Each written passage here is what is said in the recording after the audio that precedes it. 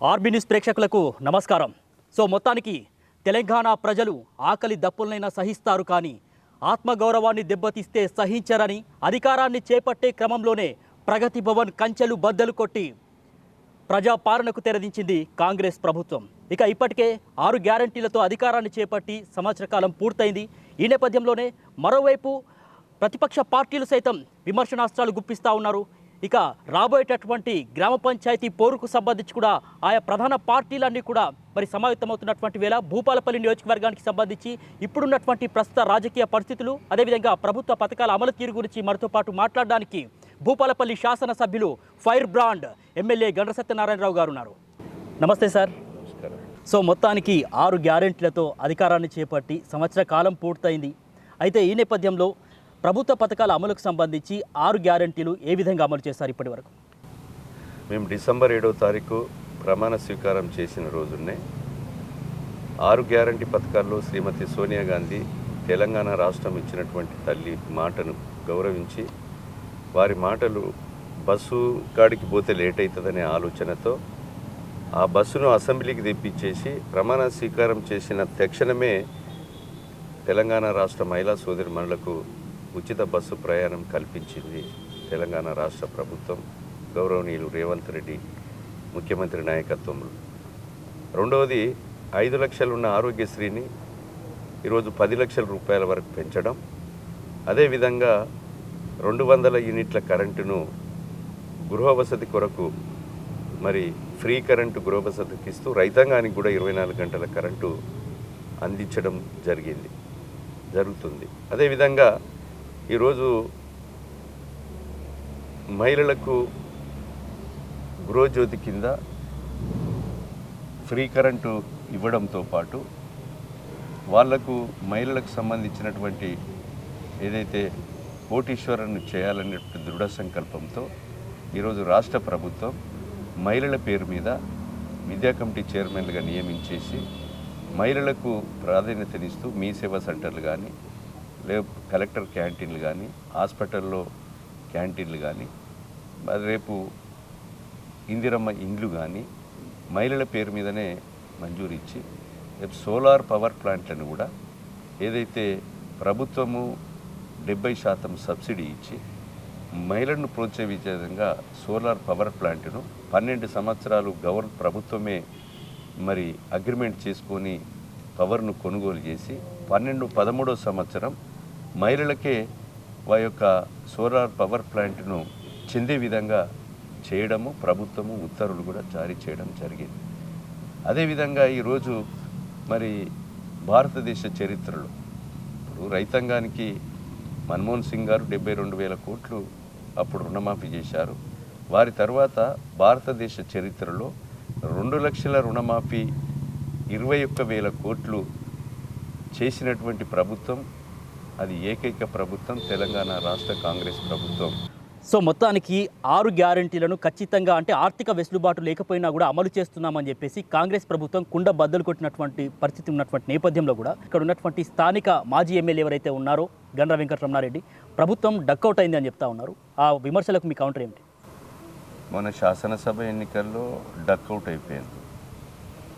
దాని తర్వాత పార్లమెంట్ ఎన్నికల్లో రాష్ట్ర వ్యాప్తంగా డక్అవుట్ అయిపోయి డిపాజిట్ గల్లంతైనాయి. వాళ్ళకు ఉనికి కొరకు మాట్లాడేటువంటి మాటలు డక్అవుట్లు కాదు, షేప్అవుట్ కూడా అయిపోయింది. బీఆర్ఎస్కు ఇక్కడ స్థానం లేదు. మొత్తానికి రాబోయే స్థానిక సంస్థల ఎన్నికల్లోనూ కాంగ్రెస్ హవా ఇలాగే ఉండబోతుందంట అనుకోవచ్చా? ఇంకా రెట్టింపు సంఖ్యలో ఉంటుంది. మేము చాలా బలంగా గ్రామ పంచాయతీ సర్పంచులు కానీ, ఎంపీటీసీలు కానీ, జెడ్పీటీసీలు కానీ, మున్సిపల్ ఎన్నికలు కానీ, సహకార సంఘ ఎన్నికలు కానీ, ఏ ఎన్నికలు వచ్చినా కూడా ఇంకా రెట్టింపు ఉత్సాహంతో పనిచేసి మా యొక్క కార్యకర్తలను గెలిపించుకోవడం జరుగుతుంది. మా భుజాల మీద మోసి గెలిపిస్తాం.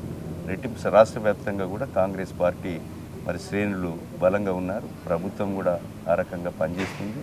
గెలిచి తీరుతాం. మొత్తానికి భూపాలపల్లి నియోజకవర్గంలో చూసినట్లయితే గుడి రాజకీయాలు అనేవి ఈ మధ్యకాలంలో ఎక్కువగా వినొస్తున్నాయి. ఎక్కువగా గుడిపైనే ఫోకస్ చేస్తున్నారు, గుడిపైనే రాజకీయాలు చేస్తున్నారు అని చెప్పేసి గండ్ర వెంకటరమణారెడ్డి తీవ్ర స్థాయిలో ధ్వజమెత్తుతా ఉన్నారు. దీన్ని మీరు ఎట్లా చూస్తారు? ప్రజల సొమ్ముతో కట్టినటువంటి వెంకటేశ్వర స్వామి దేవాలయము ఆయన సొంత భూమిలో కట్టుకొని సొంత పైసలతోని కట్టుకుంటే ఆ గుడి జోలికి ఎవరు పోరు. అది ఇక్కడ భూపాలపల్లి వ్యాపారస్తులు, కాంట్రాక్టర్లు, అన్ని వర్గాల ప్రజల సహకారంతో నాకు తెలిసి ఇప్పుడు నా దగ్గరే ఉంది ఒక 200 పేర్లు, చందాలు ఇచ్చిన వాటి పేర్లు. అది కోట్లలోనే ఉన్నది. నాకు వచ్చిన సమాచారము 2.5-3 కోట్ల రూపాయలు చందాల లిస్ట్ ఉంది. ప్రజల సొమ్ముతో కట్టినప్పుడు ఏకచక్రాధిపత్యంగా ఎందుకు ఉండాలి? అదేవిధంగా ఇల్లీగల్గా డిస్టిక్ మినరల్ ఫండ్ను వ్యాపారస్తులకు, కమిటీకి తెలియకుండా మేము బయట పెట్టిన తర్వాత వాడుకున్నదే నిజమని చెప్పడం, డిఎంఎఫ్టి నిధులు 2.5 కోట్లు పెట్టి ఆ గుడికి మరి వాడుకోవడం ఎందుకు? ప్రజలిచ్చిన సొమ్ము, ప్రభుత్వ సొమ్ము, అదేవిధంగా సిజిఎఫ్ అంటే దేవాలయంకు సంబంధించినటువంటి నిధి 2.5 కోట్లు మంజూరు తీసుకొని ప్రొసీడింగ్ ఉంది.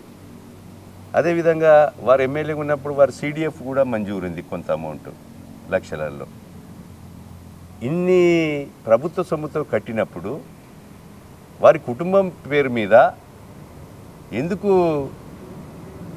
వారి యొక్క ట్రస్ట్ మీద రిజిస్టర్ చేసుకోవాలి? అది ప్రజల ఆస్తి. ప్రజల ఆస్తి కనుక ప్రభుత్వ సొమ్ము వాడారు, ప్రజలు చందాలు ఇచ్చారు. ఆ ప్రజలు ఇచ్చినటువంటి ఏదైతే చందాదారుల బోర్డు పెట్టాలి. అదేవిధంగా ఒక పవిత్రమైనటువంటి దేవాలయంలో మీడియాను పిలిపించుకొని అసలు ప్రెస్ మీట్ పెట్టవలసిన అవసరం ఉందా? ఒక పవిత్రమైనటువంటి దేవాలయంలో ప్రెస్ మీట్లు పెట్టుకోవాల్సిన అవసరం లేదా? నీ కార్యాలయంలో పెట్టి మాట్లాడు. అంటే గుడిపైన ఇండైరెక్ట్గా రాజకీయాలు స్టార్ట్ చేసింది వాళ్ళని చెప్తున్నారా? పక్కా. మేమిక్కడ ప్రజలు, నేను డైరెక్ట్గా చెప్తున్నాం, ఇది ప్రజల సొమ్ము, ప్రభుత్వ సొమ్ము, ప్రజలు చందాలతో కట్టినటువంటి సొమ్ము, ఇది ప్రజల ఆస్తి. అది ఆ భూమి ఇరిగేషన్ది ప్రభుత్వ సొమ్ము కనుక ప్రభుత్వం స్వాధీనపరుచుకుంటుంది, ప్రభుత్వ నిధులతోని అభివృద్ధి చేస్తుంది. అందులో ఎక్కువ డబ్బులు దుర్వినియోగం అయితే కక్కిస్తాం, ఆ దేవాలయాన్ని అభివృద్ధి చేస్తాం, రెట్టింపు సంఖ్యలో పనిచేస్తాం. అప్పుడు కూడా దేవాలయం కడతా అంటే మేము ప్రోత్సహించినాం కట్టుమని. కానీ ప్రభుత్వ సొమ్ములు దుర్వినియోగం చేసి దొంగ అని భుజాలు జరుచుకొని ఆ యొక్క మీడియా పాయింట్ లెక్క దేవాలయంలో 2-3 సార్లు నువ్వు ఒక పవిత్రమైన దేవాలయంలో రాజకీయాలు మీడియా పాయింట్ పెట్టి మాట్లాడవలసినటువంటి అవసరం ఉందా? ఎవరు రాజకీయాలు చేస్తున్నారో దాన్ని బట్టి ప్రజలకు అర్థమవుతుంది. ప్రజలు వాళ్ళు సరైనటువంటి తీర్పు సరైన సమయంలో ఇచ్చిండ్రు, రేపు రాబోయే రోజుల్లో కూడా ఇస్తారు. కనుక అందులో క్లియర్గా చెప్తున్నాం, అది ప్రజల ఆస్తి. ప్రజలతో బోర్డు మొత్తం చందాదారుల లిస్టు బోర్డు మీద పెట్టించేసి ఆ పవిత్రమైనటువంటి దేవాలయాన్ని ఇంకా అభివృద్ధి చేస్తాం.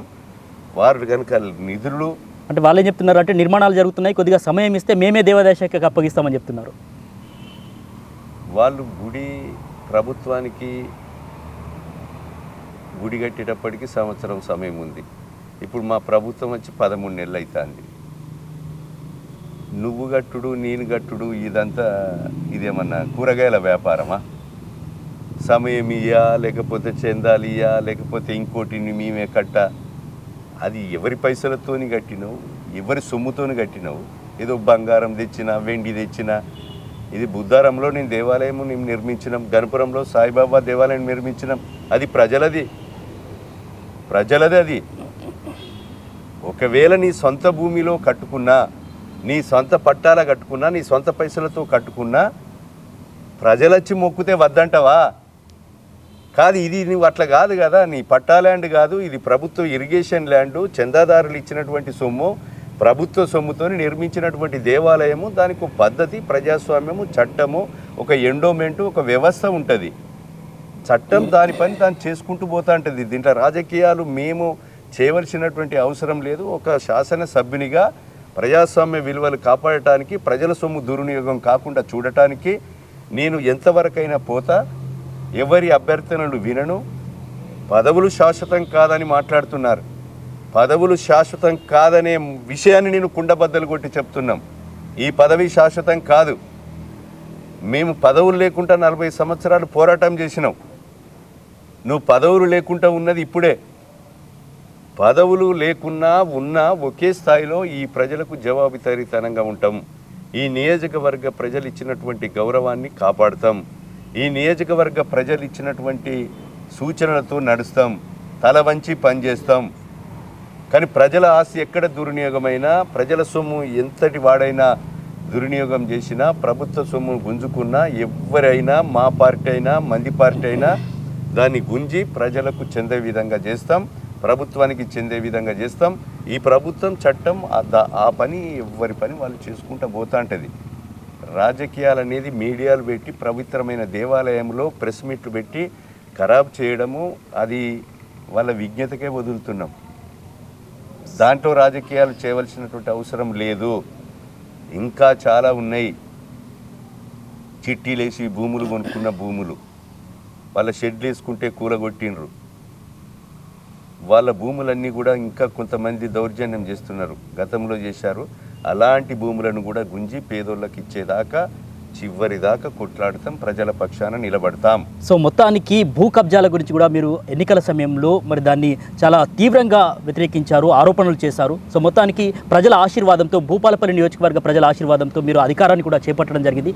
సో ఆ అక్రమాలపైన ఏ రకంగా ముందుకు వెళ్ళబోతా ఉన్నారు? ఇప్పటికే సంవత్సర కాలం పూర్తయింది. 186లో ఎవడో రైతులు కొనుక్కున్న భూమి గుంజుకుంటే వాళ్ళ లేఅవుట్ క్యాన్సిల్ చేయించడము, ఆ నిజమైన రైతులకు చెందే విధంగా కొట్లాడుతున్నాం. వాళ్ళ పక్షాన కొట్లాడతా, వాళ్ళు ఇండ్లు వేసేదాకా కొట్లాడతా. ఇంకా ఇలాంటి నియోజకవర్గంలో ఉన్నా ఇంతకుముందే చెప్పిన దీని వెనుక 150 గజాలు చిట్టిపట్టు నెలకు 200, నెలకు 1000, నెలకు 1000 కట్టుకున్న వాళ్ళే 45 ఇండ్లు కూలగొట్టిండ్రు. వాళ్ళు ఇండ్లు కట్టేదాకా వాళ్ళకి అండగా ఉంటా, పర్మిషన్లు ఇప్పిస్తా. ఎవరు అడ్డొచ్చినా పేదల భూములు ఈ నియోజకవర్గంలో, ప్రభుత్వ భూములు, పేదల భూములు కాజేస్తే ఇవన్నీ వదలం. అదేవిధంగా గాంధీనగర్ గుట్ట కూడా 204, 205 సర్వే నంబర్ ఉంది. అది దాదాపు 157 ఎకరాలు. గత పాలకులు ఏదైతే నీతో ఇంటర్వ్యూ తీసుకున్న పాలకులు లీజు తీసుకున్నారు కేసీఆర్తో తెచ్చి, నేను రాగానే ఆ భూమిని లీజు క్యాన్సిల్ చేయించిన, రిటర్న్ తెప్పించిన. అక్కడ 60 ఎకరాలలో ఒక ఇండస్ట్రియల్ పార్క్ కొరకు మా మంత్రి గారితో ఫౌండేషన్ వేయించాం. అక్కడ 3,50,00,000 రూపాయలతో రోడ్ల నిర్మాణం కూడా పూర్తవుతున్నది. అక్కడ అధునాతనమైనటువంటి ఇండస్ట్రీస్ను, వ్యాపారవేత్తలను కూడా స్వాగతిస్తున్నాం. నామినల్ రేటుకు ఆ రేట్లు ఇచ్చి మీరు ఒక్కొక్క ఇండస్ట్రీ, ఒక మిర్చి ఆయిల్ ఇండస్ట్రీ పెడితే మిర్చి తొడిమెలు చుంచడానికే 500 మంది పడతారు. అలాంటి వ్యక్తులకు నిరుద్యోగ భృతి కొరకు 200 యూనిట్లను కూడా కొట్టబోతున్నాం. ఈరోజు మీ ప్రభుత్వంలో గురుకులాలను పెట్టారు.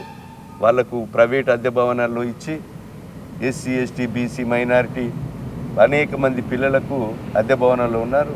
దానికి ఈరోజు మరి ఇండియా ఇంటిగ్రేటెడ్ ఇంటర్నేషనల్ స్థాయిలో 146 కోట్లతో అదే గుట్ట మీద విజయదశమి రోజు శంకుస్థాపన చేసినాం. కేంద్రీయ విద్యాలయానికి 10 ఎకరాలు ఇచ్చినాం. పోలీస్ ట్రైనింగ్ క్యాంపుకు 10 ఎకరాలు ఇచ్చినాం. ఇంకా కూడా మహిళా డిగ్రీ కళాశాల 8 లక్షల కిరాయితో వరంగల్ ఉన్నది. దాన్ని కూడా తెప్పించేసి అక్కడ ఒక 30-40 లక్షలతో ఆడగాడి నిర్మాణం చేపడతాం.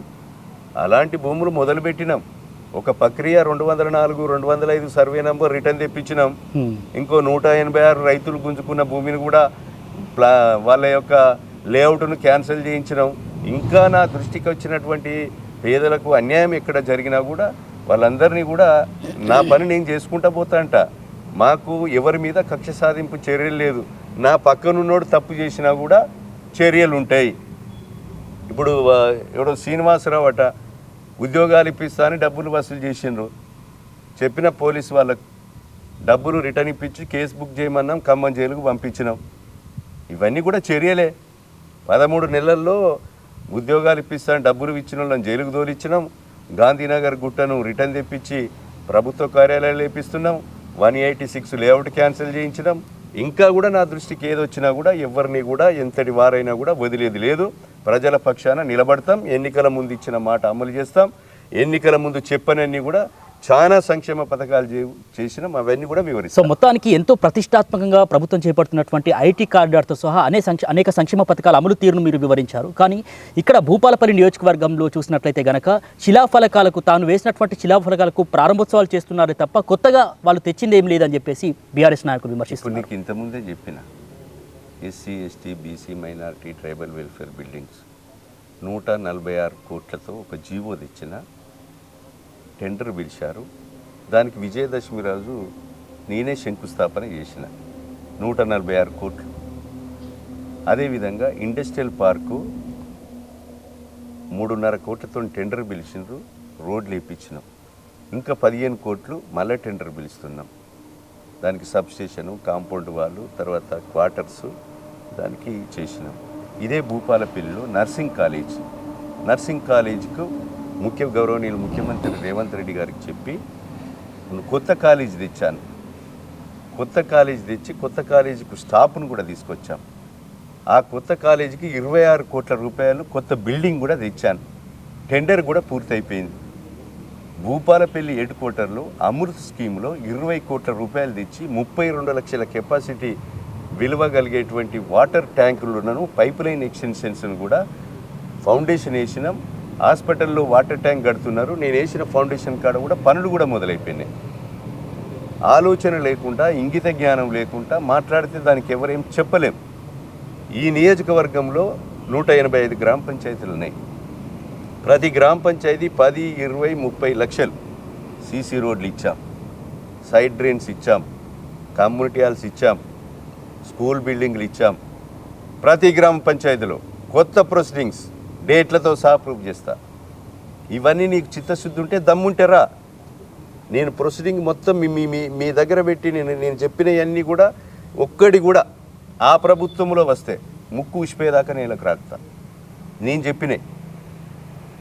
అదే కాకుండా ఇంకా ఈ నియోజకవర్గంలో మన లక్ష్మీ నరసింహస్వామి కొడవటంచ ఆరాధ్య దైవం, వెనకడ 1000 సంవత్సరాల నుంచి వెలిసినటువంటి ఆ దేవుడు, పిలిస్తే పలికే నరసింహస్వామి, దానికి 12 కోట్ల 15 లక్షల రూపాయలు కొత్తగా ప్రొసీడింగ్ తెచ్చా.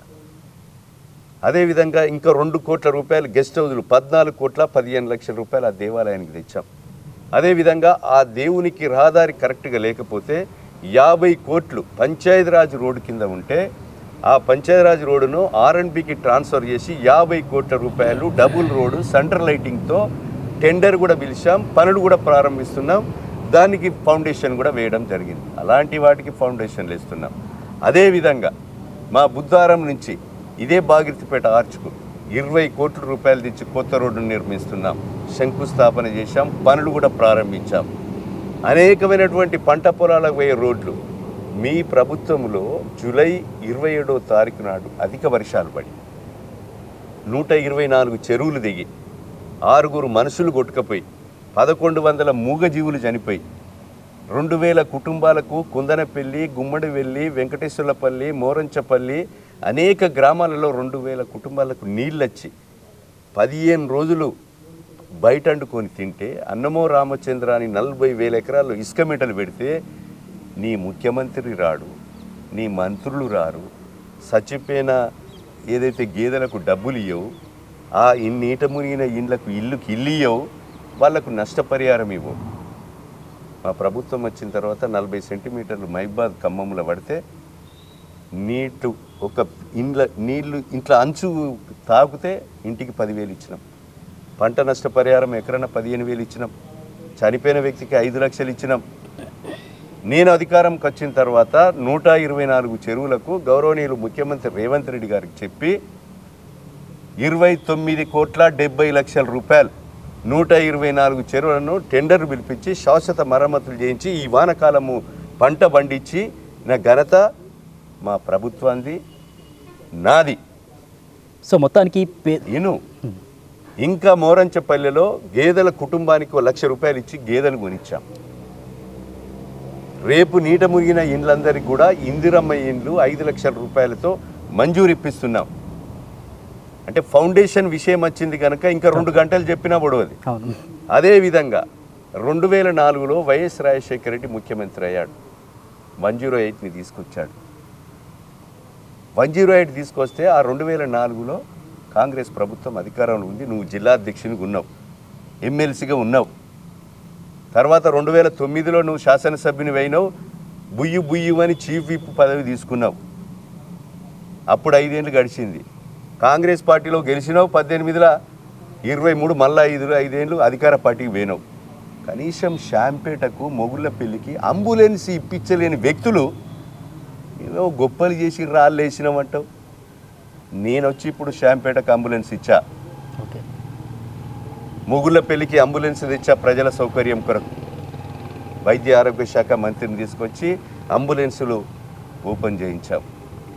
వితింది సంవత్సరంలోపు భూపాలపల్లి జిల్లా కేంద్రము ప్రైమరీ హెల్త్ సెంటరు జిల్లా హాస్పిటల్గా మారితే ప్రైమరీ హెల్త్ సెంటర్ను నువ్వు ఇయ్యాడి వరకు కూడా నీ పీరియడ్ అంతా కూడా తీసుకురాలే. నేను మొన్న వైద్య ఆరోగ్య శాఖ మంత్రిని తీసుకొచ్చి ప్రైమరీ హెల్త్ సెంటర్ భూపాలపల్లి, అదేవిధంగా గోర్కొత్తపల్లి మండలం చేసినావు. దానికి బడి స్కూల్లో ఎంఆర్ఓ ఆఫీసు పెట్టినావు. టేకుమట్ల మండలం చేసినావు, ఎంఆర్ఓ ఆఫీస్ ఎంపీడీఓ ఆఫీస్ గతి లేదు. ఎంఆర్ఓ ఆఫీస్ గోర్కొత్తపల్లి, ఎంపీడీఓ ఆఫీస్ గోర్కొత్తపల్లి, అదేవిధంగా టేకుమట్ల మండలం ఎంఆర్ఓ ఆఫీసు ఎంపీడీఓ ఆఫీసులకు 6,30,00,000 పెట్టి శంకుస్థాపన నేను చేసి బిల్డింగ్ టెండర్లు పిలిపించి పనులు ప్రారంభించా. అక్కడ గోర్కొత్తపల్లికి కూడా ప్రైమరీ హెల్త్ సెంటర్ను కూడా కొత్తది తీసుకొస్తున్నా. ఇవన్నీ నేను ఎన్నికల ముందు చెప్పని ఇవన్నీ కూడా ఇవి చేస్తున్నాం. అదేవిధంగా ఇంకా అనేకమైనటువంటి కార్యక్రమాలు ఈరోజు మనకు నూతనంగా ఈ దేవాలయంతో పాటు బూలోని వెంకటేశ్వర స్వామి టెంపుల్ ఉంది. వెనకడ 1000 సంవత్సరాలు మెట్లకు ఇబ్బంది అవుతుంది అని ఎన్నికల ముందు నాకు చెప్తే 150 లక్షలు పెట్టి మెట్ల బెడల్పుకు టూరిజం నుంచి శాంక్షన్ తీసుకొచ్చి ఫారెస్ట్ వాళ్ళతో ఎగ్జిక్యూషన్ చేయిస్తున్నాం. పాండవుల గుట్టకు 50 లక్షలు తెచ్చాం. మైలారం గుహలకు 50 లక్షలు తెచ్చాం. కాకతీయులు నిర్మించినటువంటి ఏదైతే కోటగుళ్ళు రామప్పతో సమానంగా ఉండేటువంటి కోటగుళ్లకు 2 కోట్ల రూపాయలు తెప్పించి టెండర్లు పిలిపిస్తున్నాం కేంద్ర ప్రభుత్వం నుంచి. అదేవిధంగా గణపురం చెరువు కూడా కేంద్ర ప్రభుత్వం నుంచి 9 కోట్లు మంజూరు తీసుకొచ్చాం. అదేవిధంగా ఈరోజు ఇక్కడ ఉన్నటువంటి మినరల్ ఫండ్ సిఎస్ఆర్ నిధుల నుంచి ఈరోజు గణపురం చెరువును కూడా సీసీ రోడ్డు నిర్మాణం పనులు కూడా ప్రారంభించాం. ఇవన్నీ శంకుస్థాపనలు చేశాం. పాఠశాలలకు వేసాం, కమ్యూనిటీ హాల్కి వేసినాం. ఇట్లా నేను ఒక గంట చెప్తే నేను ఫౌండేషన్ వేసిన డేట్లతో సహా నేను చెప్పింది రికార్డ్ ఉంది. ఇందులో ఒక్కడి గనక ఆ గవర్నమెంట్లో మంజూరు తెస్తే నా పదవికి రాజీనామా చేస్తా. అనవసరమైనటువంటి మాటలు మాట్లాడి ఊసరవేలు లెక్క కేసీఆర్ కొడుకు, అల్లుడు, బిడ్డ ఈరోజు ఇంకా అబద్ధాలు ఏడబుట్టినాయంటే కేసీఆర్ కుటుంబంలో పుట్టినాయి. సో హరీష్ రావు కూడా సవాల్ విసురుతున్నారు కదా, ఏదైతే రైతు డిక్లరేషన్ కి సంబంధించి ఏం చేయలేదు రైతులకు అని చెప్పేసి. నువ్వు ₹1,00,000 రుణమాఫీ అని నువ్వు మొదటి సంవత్సరం 5 ఏళ్ళు గడిచింది, రెండో ప్రభుత్వం అధికారం వచ్చి 10 ఏళ్ళు గడిచి 1,00,000 అయింది. నువ్వు ఇచ్చిన 25,000 4 దఫాలు ఇస్తే మితి సరిపోయి అసలు కానీ ఉన్నది. నీ లెక్క ఇంటికో ఉద్యోగం ఇస్తాను, ఊరికో ఉద్యోగం ఇయ్యలే. ఖాళీగా ఉన్న రిటైర్డ్ అయిన 2 లక్షల ఉద్యోగాలు ఇయ్యలే. దళితునికి, గిరిజన కుటుంబాలకు 3 ఎకరాల భూమి ఇస్తా, మంచి దున్నుకొని బతుకోని అన్నావు. ఎవరికి ఇచ్చినావు? నేను ఒక జడ్పీటీసీగా ఉన్నప్పుడు గణపురం మండలంలో 1000 ఎకరాల భూమి ఇచ్చిన. ఇవాళ 1 ఎకరం అమ్మితే 25 లక్షలు వస్తున్నాయి. బిడ్డ పెళ్లి చేసి అప్పులు తీసుకునే పరిస్థితి వచ్చి మంచి రైతు హాయిగా ఉంటున్నాడు. నువ్వు ఎంతమందికి ఇప్పించినావు? దళిత గిరిజన కుటుంబాలకు నిరుద్యోగ భృతి 3,000 ఇస్తానో ఇవ్వలేదు. కేజీ నుంచి పీజీ వరకు ఉచిత విద్య చదివిస్తానో చదివేయలేదు. దళితుని ముఖ్యమంత్రి చేస్తానో చేయలేదు. ఇట్లా చదువుకుంటా పోతే ఏం చేసినావు నువ్వు? ఇక్కడ మెడికల్ కాలేజ్ చేసినావు. నేను ఇంకోటి అడుగుతున్నా, సిరికొండ మత్స్యనాచారి స్పీకర్గా ఉన్నప్పుడు పనులు తెచ్చినాయి, నువ్వు ఓపెనింగ్ చేయలే. వాడికి నువ్వు గృహప్రవేశాలు చేయలే. ఇది ఒక డెమోక్రసీ, ప్రజాస్వామ్యం. ఇప్పుడు నేను చెప్పినవన్నీ నేను తెచ్చిన జీవోలు. వాళ్ళు మిగిల్చిన పని ఇప్పుడు మెడికల్ కాలేజ్ తెచ్చారు. దానికి తలుపు లేదు, కిటికీ లేదు, బెండు లేదు, బొంగు లేదు.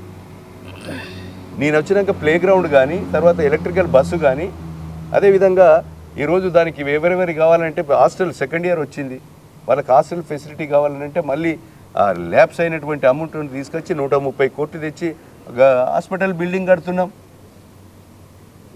అదేవిధంగా ఇవన్నీ కూడా కార్యక్రమాలు, మనము మిగిలినటువంటి కార్యక్రమాలను కూడా పూర్తి చేసే బాధ్యత కాంగ్రెస్ ప్రభుత్వంపై ఉంది. ప్రజల సొమ్ము దుర్వినియోగం కాకుండా పాడుబడ్డ కుంపలు లేక ఉండకుండా ఇంకా మిగులు పనులు ఏవైతే ఉంటాయో అవన్నీ కూడా పూర్తి చేస్తాం. మా బాధ్యత అది. పూర్తి చేసి ఓపెనింగ్లు చేస్తాం, ఫౌండేషన్లు వేస్తాం. డెమోక్రసీ ఇది.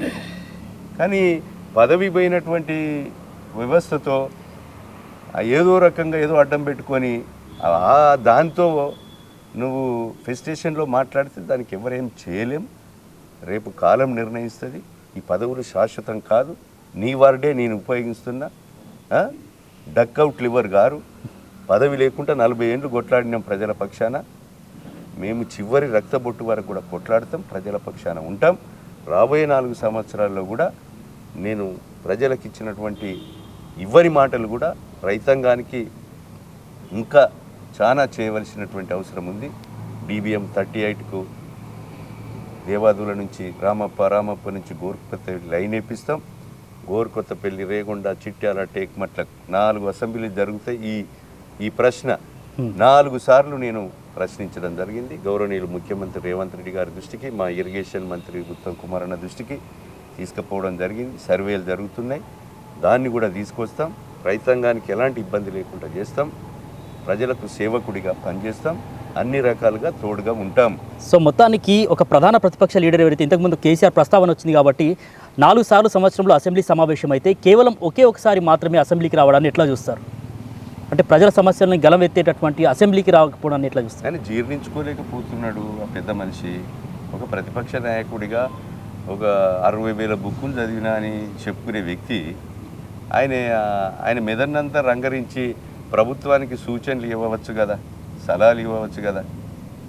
నువ్వు ఫామ్ హౌస్లో పండుకొని కొడుకును అల్లుని వీళ్ళను వాళ్ళని ఎగేసి మొత్తించుకున్నాడు కాదు కదా. ఒక ప్రతిపక్ష నేతగా పదవి ఉన్నా లేకున్నా ప్రభుత్వానికి, ఈ రాష్ట్ర ప్రజలకు, తెలంగాణ రాష్ట్ర ప్రజలకు, తెలంగాణ రాష్ట్రము 1200 మంది బిడ్డల ప్రాణాలు, అదేవిధంగా శ్రీమతి సోనియా గాంధీ ఆంధ్ర రాష్ట్రంలో అధికారం కోల్పోయినా కూడా, పార్టీ నష్టపోయినా కూడా తెలంగాణ రాష్ట్రం ఇచ్చింది. ఆ ఇచ్చిన రాష్ట్రం కొరకు 10 ఏళ్ళు అనుభవించినవు. ఇప్పుడు అధికారం పోయింది. అధికారం పోయినంత మాత్రాన ఏగేసి ప్రభుత్వాన్ని విమర్శించి కాలిగ్గుడు గుంజుడు కాదు కదా. నువ్వు రావాలి, వచ్చి సరైన సూచనలు ఇవ్వాలి. వారి విజ్ఞతకే వదిలేస్తున్నావు. పులి బోన్లు ఉన్నది, వెళ్తుంది సమయంలో వెళ్తుందని కొడుకు వాళ్ళు అంటూ ఎప్పుడు వెళ్తుంది? పులిని చూసిండ్రు తెలంగాణ ప్రజలు, నక్కలను చూసిండ్రు. అంత విప్లవాల గడ్డ ఇది, ఉద్యమాల గడ్డ. చైతన్యవంతమైనటువంటి ప్రజలకు అన్నీ కూడా తెలుసు. ప్రజలు చిన్నంచన ఇవ్వాల్సిన అవసరం లేదు. మన మాట వింటారు. సరైన సమయంలో కర్రు పెట్టి కాల్చినప్పుడు దాన్ని సరిదిద్దుకొని రావాలి, చేయాలి. ప్రజలు దాన్ని అంతిమ నిర్ణయితారు ప్రజలు. సో మొత్తానికి పేదవాడి గూడు కోసం ఒకవైపు కాంగ్రెస్ ప్రభుత్వం ఎంతో ప్రతిష్టాత్మకంగా ఇందిరమ్మ ఇండ్లను ఇవ్వబోతా ఉంది. ఈ నేపథ్యంలో మరోవైపు చూసినట్లయితే కనుక భూపాలపల్లి పట్టణానికి సంబంధించి ఇంతకుముందు గుర్తించినటువంటి లబ్ధిదారులకు సంబంధించి ఇక్కడ ఎమ్మెల్యే గంట సత్యనారాయణరావు గారు ఇవ్వకపోవడానికి ఆంతర్యం ఏంటంటే రాజకీయ కుట్రలో భాగంగా ఎక్కడైతే గత ఎమ్మెల్యేకు పేరు వస్తుందని చెప్పేసి ఇవ్వట్లేదు అని చెప్పేసి విమర్శిస్తూ ఉన్నారు. దీన్ని ఎట్లా చూస్తారు? ఇప్పుడు 2014 నుంచి 2018లో అప్పుడు మస్సోనిచారి గారు హయాంలో ఈ మంజూరైన ఇండ్లు, కట్టిన ఇండ్లు, ఆ ఇండ్లను 18-23లో ఇప్పుడు మాజీ ఎమ్మెల్యే ఆరోపణ చేసిన వ్యక్తి అధికారంలో ఉన్నాడు. ఆ ఇండ్లను ఏదైతే అర్హులైనటువంటి వారికి ఇవ్వద్దని ఎవరన్నా అడ్డుపడ్డారా? మేము కట్టిన ఇండ్లు కాదు, మేము కట్టించిన ఇండ్లను మేము జబ్బాలు జరుచుకుంటలేము. 2014 నుంచి 18లో కట్టినటువంటి ఆ డబుల్ బెడ్రూమ్ ఇండ్లను 18 నుంచి 23లో నువ్వు అధికారంకి వచ్చి అధికార పార్టీలో ఉండి అవి ఎందుకు పంచలేకపోయావు? ఆ ప్రశ్న నీకే తగులుతుంది ఆ జవాబు. రెండవది, ప్రభుత్వం మారిన తర్వాత ఈ డబుల్ బెడ్రూమ్ ఇండ్లు కానీ ఇందిరమ్మ ఇండ్ల విషయంలో ఒక 20 రోజులు అవుతుంది జీవో వచ్చి. డబుల్ బెడ్రూమ్ను ఎట్లా చేయాలి, ఇండ్లను, ఇందిరమ్మ ఇండ్లను ఏ రకంగా చేయాలనేది ఈ 16వ తారీఖు నుంచి గ్రామ సభలు ఉన్నాయి. ఆమన్న దీక్ష దిగుతా అంటున్నారు కదా. 16 నుంచి మాకు 24 దాకా ఉన్నాయి. ఈరోజు ఆ జీవో ప్రకారంగా ఆ 416 ఇండ్లను మేము కలెక్టర్ గారికి క్లియర్గా చెప్పాం. ఎవరైతే ఇండ్లు లేక, ఇండ్ల స్థలాలు లేక, ఇల్లు కిరాయికి ఉండి అనాథలు ఉంటారో వాళ్ళకు చెందాలనేది నా అభిప్రాయం. మా గవర్నమెంట్ పాలసీ మొన్న వచ్చింది. ఆ పాలసీ ప్రకారంగా నిరుపేదలకు 416 మందికి ఇస్తాము. దాంట్లో ఉన్నది ఏంటిది, నువ్వు దీక్ష చేసేది ఏంటిది, అందులో ఉన్నది ఏంటి? నువ్వు 5 ఏళ్ళు మభ్య పెట్టి వాళ్ళని మోసం చేసి నీ 5 ఏళ్ల సమయంలో ఆ ఇండ్లు కేటాయించకుండా దగా చేసింది నువ్వు. మేమేమన్నా అడ్డుపడ్డామా? 500 ఇండ్లు 416 ఇండ్లను నీ 5 సంవత్సరాల పీరియడ్లో ఎవరికన్నా ఇయ్యద్దానికి ఇట్లా అన్నామా? నువ్వు తలకాయ కింది పెట్టి కాలు ఊగినా 416 మందిని అంబేద్కర్ సెంటర్లో లిస్టు పెడతాం. నిరుపేదలకు ఆ ఇండ్లు అతి త్వరలో కలెక్టర్ గారు పట్టా సర్టిఫికెట్లు మా పొంగిరెడ్డి శ్రీనివాసరెడ్డిను మా మంత్రిని తీసుకొచ్చి పట్టా సర్టిఫికెట్లు కీలు అర్హులైన పేదలకు ఇస్తాము. గతంలో ఉన్న ఇండ్లను కూడా ఎవరైతే అక్రమాలు జరిగి ఉద్యోగస్తులు సింగరేణి కార్మికులకో ఇంకెవరికైనా తప్పులు జరిగి ఉన్నోనికి ఇస్తే అవి కూడా తీస్తాం, అవి కూడా పేదలకు ఇస్తాం. ఏం తొందర లేదు, అది కూడా చేస్తా. దానికి కూడా బాధపడవలసిన అవసరం లేదు. డొమ్మరగడ్డలు చేసిన బోల్తలు పడ్డా ఈ పనులు ఆగాయి. సో మొత్తానికి ప్రతిపక్ష నేతగా ఉన్నప్పుడే మీరు వైద్యం, నాణ్యమైనటువంటి వైద్యం పేదలకు అందాలి, ఇక్కడ ఉన్నటువంటి భూపాలపల్లి ప్రజలకు అందాలని నినాదం చేశారు. సో మొత్తానికి భూపాలపల్లి సింగరేణి ఏరియాకు సంబంధించి కార్డియాలజిస్ట్ లేడని మీరు గలమెత్తారు. అదేవిధంగా ఇక్కడ వందపడకల ఆసుపత్రికి సంబంధించి ఇప్పుడు అప్గ్రేడ్ అయినటువంటి పరిస్థితులు అక్కడ కూడా ఎంఆర్ఐ, సిటీ స్కాన్ లాంటి వాటివి కూడా కల్పించాలని చెప్పారు. సో దానికి సంబంధించి అవి కల్పనకు ఎటువంటి కృషి చేస్తున్నారు సార్? ఈరోజు నేను ఎన్నికైన తర్వాత 203 పోస్టులను ప్రభుత్వ హాస్పిటల్కు తీసుకొచ్చాం. వివిధ రకాల రేడియాలజీ, అది లేకపోతే టెక్నికల్ పోస్టులు అన్నీ కూడా ఏఎన్ఎంలు, జేఎన్ఎంలు, నర్సులు కానీ, సూపరింటెండెంట్లు కానీ, తర్వాత ఆపరేషన్ థియేటర్ అసిస్టెంట్ కానీ రకరకాల డాక్టర్లను కూడా 203 పోస్టులను గౌరవనీయులు ముఖ్యమంత్రి రేవంత్ రెడ్డి గారి దృష్టికి తీసుకెళ్ళి ఆ పోస్టులను తీసుకొచ్చాం. ఇప్పుడు హాస్పిటల్లో గతంలో పేషెంట్ లేకపోయేది. ఇప్పుడు ఎంజిఎంఐ మేము పోము, ఇక్కడ మాకు ట్రీట్మెంట్ చేయమనే పరిస్థితిని తీసుకొచ్చాం. రేపు ఆ హాస్పిటల్లో వెంటిలేటర్స్ కూడా పెడుతున్నాం. సిటీ స్కానింగ్ కూడా మొన్న వైద్య ఆరోగ్య శాఖ మంత్రికి చెప్పాం, సిటీ స్కానింగ్ కూడా పెడతాం. Cardio department, urology, nephrology, plastic surgery, gynaec, Warangal, హైదరాబాద్లో జరిగేటువంటి ట్రీట్మెంట్ను ఈ హాస్పిటల్లో చెందే విధంగా నా కృషి ఉంటుంది. దాన్ని వదలను. గౌరవ శ్రీ ముఖ్యమంత్రి గారికి, రేవంత్ అన్న గారికి, అదేవిధంగా మా వైద్య ఆరోగ్య శాఖ మంత్రి గారికి మరి తీసుకొచ్చాం, విషయాలు చెప్పాం. అన్ని జీవోలు వెళ్తాయి, అన్నీ కూడా తీసుకొస్తాం. అదే సింగరేణి హాస్పిటల్లో కూడా 1,10,00,000 రూపాయలతో సిటీ స్కానింగ్ను కూడా పెట్టించినాం, దాన్ని ప్రారంభించినాం. ఫ్రీగా కూడా టెస్టులు కూడా జరుగుతున్నాయి. ఇంకా ఎంఆర్ఐని కూడా కొనమంటున్నాం. భారతదేశం ఈ తెలంగాణ రాష్ట్రంలో ఎక్కడ కూడా ఏ జిల్లాలో, పాత జిల్లాలు తప్ప కొత్తగా అయిన జిల్లాలో ఎంఆర్ఐ ఉన్నటువంటి సందర్భం లేదు. మొదటగా ఇక్కడ కొనిపిస్తాం. ఇక్కడ ఎంఆర్ఐని కూడా పెట్టించి ఈ ప్రాంత ప్రజలకు మహారాష్ట్ర లింక్ ఉన్నది. అదేవిధంగా కాళేశ్వరం, మహారాష్ట్ర పబ్లిక్ కూడా ఈ హాస్పిటల్లోకి వచ్చి చికిత్స పొందుతున్నారు. ఇంకా కూడా ఫ్రీగా చికిత్స పొందే విధంగా వైద్యం, ఇక్కడ అన్ని రకాల వైద్యం అందే విధంగా కృషి చేస్తున్నాం. రేపు 19వ తారీఖు రోజున నగరంపల్లిలో కూడా 2D ఈకోతో సహా, అదే అల్ట్రాసౌండ్తో సహా ఒక హెల్త్ క్యాంప్ కూడా సింగరేణిని పెట్టమన్నాం. ఆ స్కూల్లో పెట్టేటువంటి స్కూల్ను కూడా ఒక 4 లక్షల రూపాయలతో మంచి అధునాతనంగా కూడా మనము రిపేర్ కూడా చేయించాం. సింగరేణిని, సిఎస్ఆర్ డిఎంఎఫ్టీని వాడుకుంటాం. అదేవిధంగా జెన్కో సింగరేణి, అదేవిధంగా సిఎస్ఆర్ డిఎంఎఫ్టీని వాడుకుంటాం. ఈ ప్రాంతంలో ఖర్చు అయ్యే విధంగా చేస్తామన్నాం. ఇవి చేస్తాం తప్పకుండా.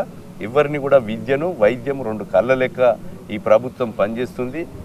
విద్య కూడా మరి ఎండాకాలం సెలవులలో వాష్రూమ్స్ లేకున్నా, డోర్స్ లేకున్నా, ప్లే గ్రౌండ్ లేకున్నా, వాటర్ ప్లాంట్ లేకున్నా రిపేర్ చేయించి మహిళలకే విద్యా కమిటీ చైర్మన్ ఇచ్చేసి జూన్ 12వ తారీఖు నాడు మరి స్కూల్ డ్రెస్సులు ఇచ్చి, బుక్స్ ఇచ్చి, షూ ఇచ్చి, టై ఇచ్చి 12వ తారీఖు నాడే పంపిణీ మా ఎమ్మెల్యేలను, మంత్రులను, అదేవిధంగా ప్రజాప్రతినిధులతో డిస్ట్రిబ్యూట్ చేయమన్నారు. చేయించినాం. ఇంకా కూడా నాకు 10 కోట్ల రూపాయలు వస్తే 7 కోట్ల రూపాయలు కూడా గురుకులాలకు పెట్టినాం.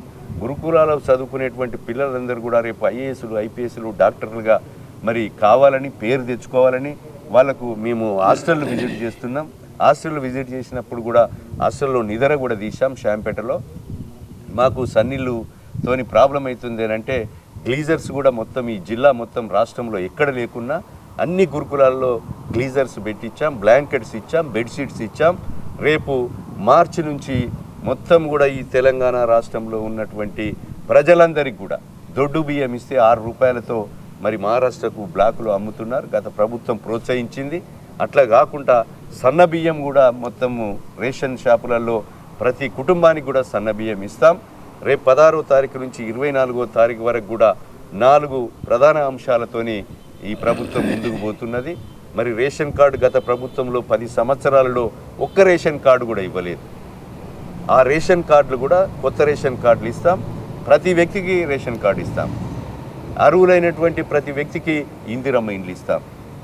అర్హులైనటువంటి ప్రతి వ్యక్తికి రైతు భరోసా ఎంత కాసు 100 ఎకరం చేసి దున్నుకున్నా 100 ఎకరాలు 5,000కు ఒక 1000 పెంచి పంటకు 6,000 సంవత్సరానికి 12,000 ఇస్తాం.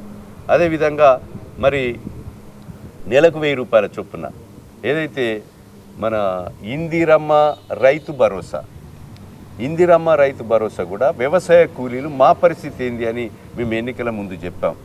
ఎవరైతే భూమి లేక జాబ్ కార్డు ఉండి నిరుపేదలు ఎవరైతే ఉంటారో వాళ్ళకు కూడా నెలకు 1,000 రూపాయల చొప్పున ఈ 26 జనవరి నుంచి 25వ తారీఖు వరకు గ్రామ సభలు నిర్వహించి అందులో వచ్చినటువంటి నిరుపేదలందరికీ ఇంటికి 1,000 చొప్పున 12,000 అందిస్తాం. మేము ఇంటికి 1,000 చొప్పున భూమిలోనికి ఇస్తామంటే ఇంకోటి మాట్లాడుతూ లొట్టంగాడు ఎకరం ఉన్నోని గుడి ఇవ్వాలి. అరే నువ్వేం చేసినావు? మేము చెప్పిన మాట భూమి లేని వాళ్ళకి ఇస్తామంటున్నావు. నువ్వు 2 లక్షల రుణమాఫీ చేసినావు, ఇంకా మొత్తం అందరికీ చేయి. అరే 12-18 వరకు ఏదైతే 12 డిసెంబర్ వరకు కటాఫ్ డేట్ ఇచ్చి రెన్యువల్ చేసుకున్న వారికి 2 లక్షల రూపాయలు ఉన్న వారికి మాఫీ చేసినాం.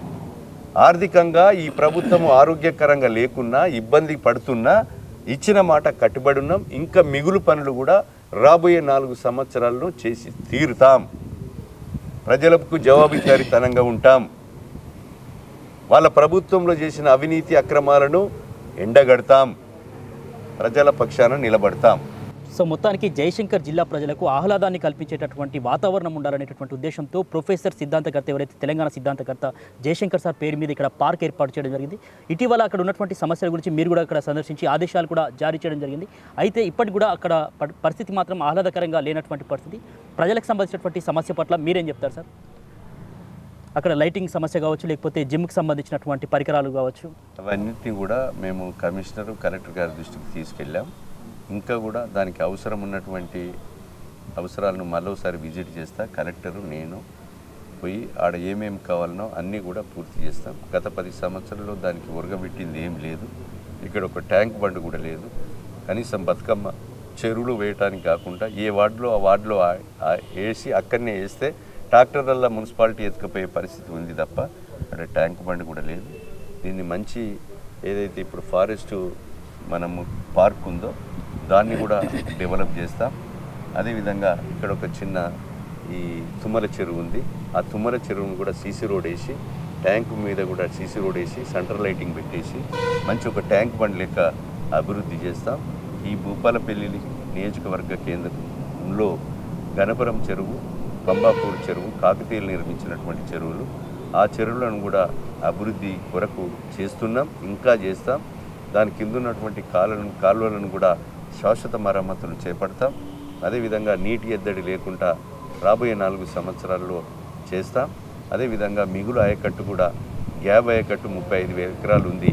మన భూపాలపల్లిలో 25,000 ఎకరాలు, ములుగు నియోజకవర్గం వెంకటాపూర్ మండలంలో 8,000 ఎకరాలు, అదేవిధంగా తాడిచెర్ల మండలం సంబంధించినటువంటి 700 ఎకరాలు. ఈ 35,000 ఎకరాలు 500 కోట్లతో నిధులు తెచ్చి మరి గ్యాబ్ ఆయకట్టును కూడా నీరు అందని ఎత్తు ప్రదేశానికి కూడా నీరు అందిస్తాం, లిఫ్టులు చేస్తాం. ఏదైతే బ్రిడ్జిలు కూడా అనేకమైనటువంటి బ్రిడ్జిలు చేశాం. ఒక 100 కోట్లతో పంచాయతీరాజ్ నుంచి రోడ్లు తెచ్చాం. ఒక 87 కోట్లతో R&B రోడ్లు తీసుకొచ్చాం. అదేవిధంగా ఇరిగేషన్ నుంచి ఒక 30 కోట్లు తెచ్చాం. NREGSలో 30 కోట్ల సీసీ రోడ్డు తెచ్చాం. అదేవిధంగా ఇప్పుడు నర్సింగ్ కాలేజీకి కానీ ఇంకా మనం అనేకమైనటువంటి కోర్టు బిల్డింగ్ కూడా 87 కోట్లతో మరి టెండర్ కూడా పిలవడం జరిగింది. ఇంకా మిగిలి ఉన్నటువంటి శాశ్వతమైనటువంటి బిల్డింగులు వరంగల్లో ఇంకా అద్దె భవనాల్లో ఉన్నటువంటి భవనాలన్నీ కూడా ప్రభుత్వ ఆస్తులుగా చేసి అది చేస్తాం. జయశంకర్ కాడ లిఫ్ట్లో సైడ్కున్న 30 గుంటలు కూడా ఒక ప్రైవేట్ వ్యక్తి ఆధీనంలో ఉంది. ఆ భూములను కూడా తీసుకొచ్చి ఒక జిల్లా పరిషత్ భవనం ప్రభుత్వ స్థలంలో మంచి భవనం కూడా కట్టిస్తాం. వాళ్ళ జెడ్పీటీసీలు గత పాలకుల్లో ఎన్నికై మనం ఓ రోజు మున్సిపల్ గెస్ట్ హౌస్లో, ఒకరోజు మున్సిపల్ ఆఫీసులో, ఒకరోజు ఇల్లంతా గెస్ట్ హౌస్లో, ఒకరోజు ఇంకో ఐటీఐల్లో, ఇంకోటి ప్రగతి భవన్లో 5 ఏళ్ళు మన గంగెడ్లు గారు మీటింగ్లు పెట్టిండ్రు. అట్లా కాకుండా ఆ బిల్డింగ్ కూడా శాశ్వత మరమ్మతులు అయ్యే విధంగా చేస్తాం. మేమన్నీ కూడా ఒక ప్రణాళిక ఉంది ప్రభుత్వానికి, చిత్తశుద్ధితో పనిచేసి ప్రజలకు జవాబుదారీగా ఈ నియోజకవర్గ ప్రజలు ఇచ్చినటువంటి గౌరవాన్ని పెంచే విధంగా మరి మెదులుతాం. తప్పులు ఒకవేళ జరిగితే మానవుడు తెలిసి తప్పు చేయం, తప్పు జరిగితే తప్పును ఆత్మవిమర్శ చేసుకుంటాం. ప్రజలు పోయే దారిలో పోయి ప్రజలు కోరేటువంటి పనులు అన్నీ కూడా పూర్తి చేసి ప్రజల పక్షాన నిలబడతాం. మా నియోజకవర్గ సమస్యలే మా యొక్క వ్యాపారం, పేదవాని కష్టమే మా వృత్తి అని చెప్పినాం. ఈ మట్టిలో కలిసేదాకా అదే మా ఎజెండా అని కూడా నియోజకవర్గ ప్రజలకు తెలియజేస్తున్నాం. సో మొత్తానికి భావితరాల కోసం ముఖ్యమంత్రి రేవంత్ రెడ్డి ఒకవైపు హైదరాబాద్లో మూసీ నది ప్రక్షాళన చేపట్టారు. ఇక్కడ స్థానికంగా భూపాలపల్లి నియోజకవర్గం గురించి మాట్లాడుకుంటే ఇక్కడ భూపాలపల్లి పట్టణానికి సంబంధించి పరిసర ప్రాంతాల్లో ఏదైతే చెత్త ఉంటుందో దానికి సంబంధించి మొత్తం కుంటల్లో కావచ్చు, చెరువుల్లో కావచ్చు సిబ్బంది వేస్తున్నటువంటి పరిస్థితి. దీనికి సంబంధించి డంపింగ్ యార్డులు ఇంకా ఏర్పాటు చేయాల్సిన అవసరం ఉందంటారా? ఎట్లా చేస్తారు దానికి సంబంధించి? భూపాలపల్లి మున్సిపాలిటీలో కుక్కలను చంపడానికి, చెట్లు పెంచడానికి, పార్కులు అభివృద్ధి చేయడానికి డబ్బులు లేవంటున్నారు. వీటన్నిటి కూడా మున్సిపాలిటీని ఆర్థికంగా లాభాల బాటల్లో తీసుకొస్తాం, పార్కులు అభివృద్ధి చేస్తాం. ఈ చెత్త చెదారం కూడా మనము క్లీన్ అండ్ గ్రీన్ సిటీగా అభివృద్ధి చేస్తాం. దీనికి నిధులు కూడా గౌరవనీయులు ముఖ్యమంత్రి రేవంత్ రెడ్డి గారిని ప్రత్యేకంగా ఒక 30 కోట్లు అడిగా 20 కోట్లు అమృత్ స్కీమ్లో ట్యాంకులు ఇచ్చారు. ఇప్పుడు ఇంకా 30 కోట్లు తెచ్చి భూపాలపల్లి మున్సిపాలిటీని కూడా ఒక ఆదర్శ మున్సిపాలిటీగా, ఈ నియోజకవర్గాన్ని రాష్ట్రంలోనే ఒక ఆదర్శ నియోజకవర్గంగా, ఒక మోడల్ కాన్స్టిట్యున్సీగా చేయాలనేటువంటి ఒక ఆతృత నాలో ఉంది. అవి తప్పకుండా సాధిస్తా. నాకు ఉంటే భూపాలపల్లి, లేకపోతే మంత్రులు, లేకపోతే ముఖ్యమంత్రి దగ్గర ఉండి ఈ నియోజకవర్గ సమస్యల కొరకే అనునిత్యం భూపాలపల్లి మున్సిపాలిటీ కానీ, గ్రామ పంచాయతీలు కానీ, ఆంబులెన్స్ కానీ, అన్ని రకాల ఇరిగేషన్ కానీ, ప్రాజెక్టులు కానీ అన్ని రకాలుగా మేము ఎన్నికల ముందు చెప్పనివి కూడా తీసుకొస్తాం. భూపాలపల్లిలో ముఖ్యంగా ఈ ఇసుక లారీలు, బొగ్గు లారీలు, బూడిద లారీలతో వందలాది మంది పిట్టల్లాగా చనిపోయారు. కాళ్ళు రెక్కలు ఇరిగిపోయినాయి. వాళ్ళందరికీ ఈరోజు మరి ఇబ్బంది పడుతున్నారు. మేము బైపాస్ రోడ్డును కూడా ఒక 23 కిలోమీటర్ల డిస్టెన్స్తో దాదాపు సుమారు 200 కోట్లతో ఈ రాష్ట్ర ప్రభుత్వం నుంచి కేంద్ర ప్రభుత్వానికి కూడా ప్రతిపాదనలు పంపాం. మేము గౌరవనీయులు కేంద్ర మంత్రి గడ్కరీని కూడా కలిశాం, మళ్ళీ కలుస్తాం. ఆ యొక్క రోడ్డు కూడా మంజూరు తీసుకొస్తాం. భూపాలపల్లి నుంచి కూడా కేంద్ర ప్రభుత్వం నుంచి మనము గుడప్పాడు వరకు 650 కోట్లు కూడా అతి త్వరలో మంజూరు తీసుకొచ్చి 4 లైన్ కూడా వేయిస్తాం. ఏ ఒక్కటి కూడా అవకాశాన్ని అభివృద్ధి కొరకు తల వంచి ఎవరి దగ్గరికైనా పోతాం. ఈ నియోజకవర్గం అభివృద్ధి కొరకు అన్ని రకాలుగా అన్ని అంగుల్లో పనిచేస్తాం. ఈ సబ్బండ వర్గానికి జవాబుదారీతనంగా ఉంటాం. మరి మొరిగే కుక్క కరవది, కరిసే కుక్క మొరగది. మొరిగేటోనితో మేము మొజగం. మేము ప్రజలకు జవాబుదారీగా ఉండి మా బాధ్యత ప్రజలు ఇచ్చారు. మాకు మంచి మెజారిటీని ఇచ్చారు. 1,30,000 ఓట్లు వేశారు. ఈ నియోజకవర్గానికి శాసనసభ్యుడిని మరి పార్టీలకు అతీతంగా ఈ నియోజకవర్గాన్ని అభివృద్ధి చేసి అన్ని రంగాలలో అన్ని మరి కోణాల్లో రాష్ట్రంలోనే ఒక మోడల్ సిటీగా, మోడల్ కాన్స్టిట్యున్సీగా, మోడల్ మున్సిపాలిటీగా మరి నేను కృషి చేస్తా. నా వంతు బాధ్యతలను నేను ఒక వ్యాపారం నుంచి శాసనసభ్యునిగా కాలే. నేను విద్యార్థి దశ నుంచి ఒక విప్లవాల నుంచి వచ్చినటువంటి వ్యక్తిని, పేద వర్గాలలో భూవదిని. ఈరోజు ఒక ఆర్ఎస్సీలో పనిచేసి 1988 మార్చి 10వ తారీఖు రోజున ఒక ఉద్యమం బాట నుంచి ఒక గ్రామ సర్పంచ్గా, ఒక జెడ్పీటీసీ సభ్యునిగా 95 నుంచి 99 వరకు చేసి 99 నుంచి 2023 నవంబర్ 30 తారీఖు వరకు నాకు ఎలాంటి పదవులు లేకున్నా, ప్రజల మధ్యలో ఉన్నా, నా శక్తి ఎంత ఉంటే అంత ప్రజలకు సహకరిస్తూ, నా ప్రాంత ప్రజలు నమ్ముకున్నటువంటి ప్రజల కొరకు కార్యకర్తలను కాపాడుతూ నేను అనునిత్యం గత 40 సంవత్సరాల నుంచి ప్రజల మధ్యలో ఉన్నటువంటి వ్యక్తిని. నేను ఇక ఇతరతర వ్యాపారాలు చేసి జైలుకు పోయినటువంటి వ్యక్తిని కాదు. వ్యాపారాలు నాకు లేవు. నేను మట్టిలో కలిసేదాకా కూడా వ్యాపారం చెయ్యను. నేను పూర్తిగా ప్రజల సేవకుడిగానే నేను పనిచేస్తా, ప్రజల గౌరవాన్ని కాపాడుతా. సో మొత్తానికి ఎన్నికల సంగ్రామంలో మీతో పాటు కదం తొక్కినటువంటి కార్యకర్తలు కూడా మీతో పాటు ఉన్నారు. మరోవైపు ఎమ్మెల్యే అయిన తర్వాత మరికొంతమంది కూడా వేరే పార్టీల నుంచి ఇటు రావడం జరిగింది, వారిని కూడా కలుపుకున్నారు. సో రాబోయేటటువంటి మున్సిపాలిటీ ఎన్నికలకు సంబంధించి మరి ఇప్పుడైతే ప్రాధాన్యత ఎక్కువగా వారికి కొత్త వాళ్ళకి ఉంటుందనేటటువంటి ఊహాగానాలు అయితే వినిపిస్తున్నాయి. వీటికి ఎట్లా చెప్తారు సార్? వీటిని ఎట్లా సమన్వయం చేస్తారు కార్యకర్తలు? కొత్త అందరినీ కలుపుకొని పోతాం. ప్రజలైతే ఎవరిని కోరుకుంటారో ఆ కోరుకునే వ్యక్తే ప్రజాప్రతినిధి అవుతాడు. మనము ఎన్నుకొని మనము పగటి కళలు కానీ నేను ఎమ్మెల్యేని కావాలి, నేను మున్సిపల్ చైర్మన్ కావాలి, జిల్లా పరిషత్ చైర్మన్ కావాలంటే కాము. ప్రజలు ఎవరైతే కోరుకుంటారో, ప్రజలు ఎవరైతే విశ్వాసం ఉంటుందో పదవి వ్యక్తి వెంబడి వస్తుంది తప్ప పదవి వెంబడి వ్యక్తి ఉరికితే అందడు. దాన్ని గుర్తుంచుకోవాలి. నేను ప్రజలకు సేవకుడిగా పనిచేసిన పదవి నా ఎంట ఉరికి వచ్చింది, కానీ నేను పదవి వెంట ఉరకలే. నన్ను నమ్ముకున్న పార్టీలు నాకు మోసం చేసినా నేను వేరే గుర్తుల మీద స్వతంత్ర భర్తీగా కూడా పోరాడినా. ప్రజలు నాకు విశ్వసించి సుమారు 60,000 ఓట్లను 14-18లో ఇచ్చిండ్రు. వాళ్ళు ఇచ్చిన గౌరవాన్ని సేవకుడిగా పనిచేశా. రేపు అందరినీ కలుపుకుంటాం. ఇంట్లో ఉండి ద్రోహం చేసేటోళ్ళకు కూడా భర్తం పడతాం. నమ్మకంగా పనిచేసేటోళ్లకు, ప్రజలు కోరుకున్న వ్యక్తులకు ప్రజలు ఏదైతే కోరుకుంటారో దాన్నే మేము గౌరవించి పాటిస్తాం. సమన్వయంతో ఉంటాం, అందరం కలిసిమెలిసి పనిచేస్తాం. విభేదాలు ఎక్కడ కూడా ఉండవు. సో మొత్తానికి సర్వే వార్తలు ఇటీవల సంచలనంగా మారాయి. రేవంత్ రెడ్డి ఒక సర్వే జరిపితే అందులో 65 మంది కాంగ్రెస్ ఎమ్మెల్యేలు, దాదాపు 10 మంది ఎమ్మెల్యేలకు సంబంధించి నెగిటివ్ టాక్ ఉంది. అదేవిధంగా 2 మంత్రులు, అందులో కొండ సురేఖ పేరు కూడా మరి ఊహాగానాల్లోకి రావడం. దీన్ని ఎట్లా చూడవచ్చు ఈ సర్వే గురించి? ఇక్కడ ఎమ్మెల్యే గంట సత్యనారాయణరావు గారి గ్రాఫ్ ఎట్లా ఉంది అంటే ఏం చెప్తారు? నా గ్రాఫ్ నేను ఇంకా ప్రజల నుంచి మంచిగా నేను సాటిస్ఫైగా ఉన్నా. నేను కష్టాన్ని నమ్ముకున్నా, శ్రమను నమ్ముకున్నా. నేను ఇంకోల గురించి మాట్లాడా. నా గ్రాఫ్ నాకు నేను తగ్గద్దు, పెరగాలని పనిచేస్తున్నా. నాలో ఇంకో లోపాలు ఉంటే ప్రజలు ఏదన్నా నాకు సలహాలు ఇస్తే దాన్ని సరిదిద్దుకుంటా, సక్రమైన మార్గంలో నడుస్తా. రాబోయే 4 సంవత్సరాల్లో సరిదిద్దుకొని ఇంకా రెట్టింపు సంఖ్యలో పనిచేసి వాళ్ళ గౌరవాన్ని నేను కాపాడుతా, పనిచేస్తా. రాష్ట్రము, వ్యక్తులు, జిల్లా అంతా కూడా బాగుండాలని కోరుకునే వ్యక్తిని. ఒక వ్యక్తుల గురించి నేను మాట్లాడదలుచుకోను. సో సీఎం రేవంత్ రెడ్డితో గంట సత్యనారాయణరావుకు పాత తరం నాయకుడు కాబట్టి కొంత సన్నిహిత సంబంధం ఉంది. అది భూపాలపల్లి నియోజకవర్గానికి ఏ విధంగా దోహదపడబోతుంది?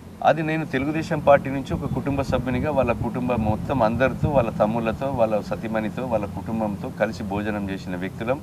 ఇక్కడ తెలుగుదేశం పార్టీలో ఉన్నప్పుడు కార్మిక పోరుబాట, రైతు పోరుబాట, అదేవిధంగా విద్యార్థి పోరుబాటలు తీసుకొచ్చి ఇక్కడనే ఏదైతే మన సింగరేణి కార్మిక సమస్యలు భాస్కర్ గడ్డ కానుంచి వేసాలపల్లి నుంచి జంగెడు మీదకెళ్ళి కాసింపల్లె, గడ్డిగానిపల్లె, సెగ్గంపల్లి నుంచి అదే తీసుకొచ్చి పాదయాత్రల ద్వారా ఆ ప్రాంత గ్రామాలకు, భూ నిర్వాసితుల కొరకు, ప్రజా సమస్యలకు నడిచినటువంటి వ్యక్తి. సమస్యలన్నీ ప్రతి గుండెకు, ప్రతి కడపకు మరి రేవంత్ రెడ్డి గారు అంటే పరిచయం ఉన్నటువంటి వ్యక్తి. కనుక ఈ నియోజకవర్గ సమస్యలు నేను ఏది కోరితే అవసరం ఉన్నదే సత్యన్న కోరుతాడు. ఆయనకు తప్పకుండా నాకు సహకరిస్తున్నాడు. నేను డిసెంబర్ 7వ తారీఖు ప్రమాణ స్వీకారం చేసిన నాడే నాకు 124 చెరువులు దిగినాయి, 63 సెంటీమీటర్ల వర్షం పడి అన్న నాకు ఎట్టి పరిస్థితుల్లో కావాలంటే ఎంబడే నాకు ఉత్తర్వులు ఇచ్చిండు. అలాంటి పనులు ఇప్పుడు 146 చెరువులు ఒక ముఖ్యమంత్రి, ఉప ముఖ్యమంత్రికే కాదు, మీ ఇద్దరితో నాకు కూడా కావాలంటే భూపాలపల్లి కూడా లిస్టులో పెట్టమని నాది కూడా పెట్టేసిండు. 146 కోట్లతో ఒక కొత్త జీవో తెచ్చా. నర్సింగ్ కాలేజ్ మీతో పాటు నాకు కావాలంటే ఒక కొత్త నర్సింగ్ కాలేజ్ ఇచ్చాడు. దానికి బిల్డింగ్ కూడా 26 కోట్లు ఇచ్చాడు. అమృత్ స్కీములో మున్సిపాలిటీకి వాళ్ళు మంత్రులు పెట్టుకుంటా అంటే నాకు కూడా ఇవ్వమంటే నాకు కూడా ఇచ్చారు. ఇంకా కూడా ఈ బైపాస్ రోడ్డు కూడా గౌరవనీయులు ముఖ్యమంత్రి రేవంత్ రెడ్డి గారు స్పెషల్గా గడ్కరీ గారికి లెటర్ రాశారు. వారు పోయినప్పుడు వారితో పాటు నేను పోతా. ఆ బైపాస్ రోడ్డును కూడా 220 కోట్లతో మంజూరు తీసుకొస్తా. 23 కిలోమీటర్ల దూరం మొత్తం కూడా బైపాస్ చేసేసి ఏదైతే ఈ యొక్క యాక్సిడెంట్స్ నివారణ కూడా చేపడతా. నాకు ఆయన గురించి ఏమీ అనుమానం కూడా లేదు. ఒక పట్టుదల మనిషి, నాయకత్వం విలువలు కలిగిన మనిషి, కష్టం తెలుసుకొని ఎదురు అధికారంలో ఉన్నోడు ఎన్ని ఇబ్బందులు పెట్టినా జైలు చిప్పకూడి తిని ఈరోజు ఓసారి 30 రోజులు, ఓసారి 37 రోజులు అనుభవించి ఈరోజు కష్టంతో వచ్చినటువంటి ఈ ప్రభుత్వం, ఇది ఒక స్వతంత్రం ఇచ్చిన పార్టీ, ఒక తెలంగాణ ఇచ్చినటువంటి పార్టీ. ఈ దేశం కొరకు 20 సూత్రాల పథకం పెట్టి ప్రభుత్వ భూములు పట్టాలిచ్చి ఇందిరా గాంధీ ప్రైవేటు బ్యాంకులు, వాణిజ్య బ్యాంకులు చేసినటువంటి కుటుంబం, పార్టీ. ఈరోజు రాజీవ్ గాంధీ 18 సంవత్సరాలకి ఓటక్కు కల్పించి కప్పుడుకరణ చేసి సెల్ సిస్టమ్ తెచ్చినటువంటి పార్టీ. ఆ పార్టీలో ఈయనకు పిసిసి అధ్యక్షునిగా ఇచ్చి ముఖ్యమంత్రి హోదా కల్పించి ఈరోజు ఆ పార్టీని గౌరవించి పార్టీకి విధేయుడిగా పనిచేస్తున్నటువంటి వ్యక్తి రేవంత్ రెడ్డి గారు. సో ఓకే సార్, ముఖ్యమంత్రి గురించి మాట్లాడుతున్నాం కాబట్టి సో ఏదైతే గత ముఖ్యమంత్రి ఎవరైతే ఎన్నికలు వస్తేనే జనంలోకి వచ్చేటటువంటి గత కేసీఆర్కు సంబంధించిన పరిస్థితి, సో ఇప్పుడు సంవత్సర పాలనలోనే జిల్లాల పర్యటన కూడా చేపట్టబోతున్నారు. గత ముఖ్యమంత్రికి ఈ ముఖ్యమంత్రికి బేరీజ్ వేసుకుంటే ఏం చెప్తారు సార్? ఒక్క మాట. మన వరదలు వస్తే మహబూబాద్ వచ్చిండు, మన ఖమ్మం వేయండు, మన ఎలాంటి ఇబ్బందులు వచ్చినా గత ముఖ్యమంత్రి కొండగట్టుకు పోయి బస్సు పోతామని 70 మంది వచ్చినా రాలే, 8,000 మంది రైతులు చచ్చిపోయినా రాలే. మన నియోజకవర్గంలో గుమ్మడివేలి సారయ్య కానీ అదేవిధంగా రవీంద్రరావు కానీ సుబ్బక్కపల్లిలో చచ్చిపోతే రాలే. కన్పర్తిలో బీఆర్ఎస్ కార్యకర్త రైతు డబ్బా మందు పట్టుకొని పోయి బ్యాంకులో దాగి సస్తే మందలియలే, వాళ్ళకు రూపాయి సాయం చేయలే. ఊరేసుకొని మందు దాగి రైలు పట్టాల కింద నిరుద్యోగ యువత వేలాది మంది చచ్చిపోతే మందలియలే. ఇలా హాస్టల్ పిల్లలు బువ్వ మంచిగా లేదని అదేవిధంగా ఎన్నో బాసరుల రోడెక్కి పిల్లలందరూ మొత్తుకుంటే కూడా ఒక్కనాడు కూడా నోరిప్పలే. ఇంకే ఆస్మాన్ పరాక్ ఉంది. కష్టంతో వచ్చినాం, చిప్పకూడి తినొచ్చినాం, ప్రజల చేతుల మీదకి వెళ్ళి వచ్చినాం, పేదల కష్టాలు తెలిసినటువంటి వ్యక్తులం. ఆ రేవంత్ అన్నకు కేసీఆర్కు చాలా ఫరకు, దానికి దీనికి బేరీజే లేదు. నేను ఇంద్రుని చంద్రుని అని వాళ్ళు గొప్పలు జబ్బలు జరుచుకుంటే ఏం లాభం? ఎవడైనా ప్రజలు ఇచ్చిండ్రు కదా ఆ తీర్పు, అందరు గౌరవించవలసిందే, పాటించవలసిందే. రేపు 2028 డిసెంబర్లో ఎన్నికలు వచ్చినా 2029 ఏప్రిల్ వచ్చినా డీలిమిటేషన్ అయినా కాకున్నా ప్రజల మధ్యలో ఉంటాం. రెండోసారి మళ్ళీ అధికారంకి వస్తాం, కేంద్రంలో కూడా అధికారంకి వస్తాం. ఈ రాష్ట్రం ఒక కాంగ్రెస్ పార్టీకి ఒక చరిత్ర ఉన్నటువంటి పార్టీ. ఆ పార్టీ రాబోయే రోజుల్లో ప్రజల పక్షాన ఉంటుంది, ప్రజలకు జవాబుదారితనంగా ఉంటాం. నేను చివరిగా నియోజకవర్గ ప్రజలకు కూడా కోరుతున్నా, ప్రజల గౌరవాన్ని, రైతుల గౌరవాన్ని, విద్యార్థుల గౌరవాన్ని, ఈరోజు అన్ని వర్గాల ప్రజలను కూడా సింగరేణి కార్మికులు, జెన్కో, విద్య, వైద్య, ఆర్టీసీ కార్మికులను ప్రజల పక్షాన నేను కోరుతున్నా. ప్రజా సమస్యలు ఎక్కడున్నా, ఎవరికి అన్యాయం జరిగినా మీ కుటుంబ సభ్యునిగా, ఈ నియోజకవర్గ సేవకుడిగా గండ్ర సత్తన్న ఉంటాడు. అది ఇక్కడ నుండి ముఖ్యమంత్రి దృష్టికి తీసుకెళ్తాం, మంత్రుల దృష్టికి తీసుకెళ్తాం. ఏ సమస్య అయినా కూడా మరి అవినీతికి వ్యతిరేకంగా, అక్రమాలకు వ్యతిరేకంగా, న్యాయం కొరకు నడుము గట్టి మరి పోరాడతాడు, ప్రజల పక్షాన ఉంటాడు. నిష్పక్షపాతంగా నా పక్కనున్న వ్యక్తి తప్పు చేసినా, నా పక్కనున్న వ్యక్తి దోపిడీ చేసినా నా దృష్టికి తీసుకురండి, చర్యలు ఉంటాయి, శిక్ష ఉంటుంది, న్యాయం కొరకు పోరాడతామని సందర్భంగా తెలియజేస్తున్నాను. చివరిగా సార్, మొత్తానికి ఎన్నికల సంగ్రామంలో మనం చూసాము, చివరి రక్త బొట్టు వరకు ప్రజలతోనే ఉంటాను అని చెప్పేసి ఒక నినాదం అనేది ప్రజల్లోకి వెళ్ళిపోయింది. సో మొత్తానికైతే ఆ స్వరం అనేది ఇప్పుడు ఎమ్మెల్యేగా అయినా కూడా అది మారడం లేదు. సో మొత్తానికి ఎప్పటికి కూడా ఇలాగే ఉండబోతుందా ప్రజల కోసమే? ఈ మట్టిలో కలిసేదాకా, నా గొంతులో ప్రాణం ఉన్నంత వరకు చివరి దాకా ఇదే. ఇంకోటి కూడా చెప్తున్నా, రాసుకో సువర్ణ అక్షరాలతో, నేను 2014, 18, 23 నామినేషన్ ఫారాల్లో నా ఆస్తులు ఏవైతే రాశానో ఆ ఆస్తుల కంటే 1 ఎకరం ఎక్కువ ఉన్నా, 1 ఎకరం ఎక్కువ ఉన్నా నేను పోటీ కూడా చెయ్యను. నా వ్యాపారమే నియోజకవర్గ సమస్యలు, నా వృత్తే పేదోని కష్టం. ఈ మట్టిలో కలిసేదాకా అదే నా ఎజెండా. దీనికి ఛాలెంజ్కు సిద్ధం, దేనికైనా సిద్ధం. నా రాళ్ళు ఇచ్చిన, నా రాళ్ళు, నీ రాళ్ళు రప్పలు నీ గుట్ట మీద పని కాకుంటే ఏముంటాయి అవన్నీ? కనుక ప్రజల ఆస్తులు కాపాడుతాం, పేద ప్రజల ఆస్తులు గుంజుకున్నా తిరిగి ఇప్పిస్తాం, ప్రజల పక్షాన నిజాయితీగా కొట్లాడతాం. కులాలకు అతీతంగా, మతాలకు అతీతంగా సబ్బడ్డ వర్గానికి నా కులం పేదవాడే, వారి కష్టం తీర్చడమే నా కులం. అన్యాయాన్ని ఎదుర్కోవడమే నా యొక్క ఎజెండా. తప్పు చేసినోని శిక్షించడమే నా యొక్క సిద్ధాంతం. ఆ పద్ధతితోనే కొనసాగక పోతాం. Okay, thank you sir, thank you so much, ధన్యవాదాలు, నమస్కారం. సో మొత్తానికి కాంగ్రెస్ ప్రభుత్వం మాటల ప్రభుత్వం కాదు చేతల ప్రభుత్వం అంటున్నారు భూపాలపల్లి శాసనసభ్యులు గండ్ర సత్యనారాయణరావు. ఇక పదవి లేకపోతే నిద్ర రాక అనేకమైనటువంటి విమర్శలు ఇక్కడ ప్రతిపక్ష నాయకులు చేస్తున్నారే తప్ప మరి చేతలు మాత్రం చేయలేదంటున్నారు. అదేవిధంగా తన చివరి రక్త బొట్టు వరకు ప్రజలతోనే ఉంటా అని ఏదైతే ఎన్నికల సమయంలో హామీ ఇచ్చానో మరి అదే మాటకు కట్టుబడి ఉంటూ మరి ఈ మట్టిలో కలిసేదాకా ప్రజలతోనే తన జీవితం అంటూ చెప్తా ఉన్నారు. సో మొత్తానికి ఇక్కడ రేవంత్ రెడ్డితో ఉన్నటువంటి సన్నిహిత సంబంధంతో పాటు ఇక్కడ కాంగ్రెస్ ప్రజా పాలనతో ఇక్కడ ఉన్నటువంటి భూపాలపల్లి నియోజకవర్గాన్ని సమగ్రాభివృద్ధి చేసే దిశగా మరి పరుగులు పెట్టిస్తానని అభివృద్ధిలో చెప్తా ఉన్నారు.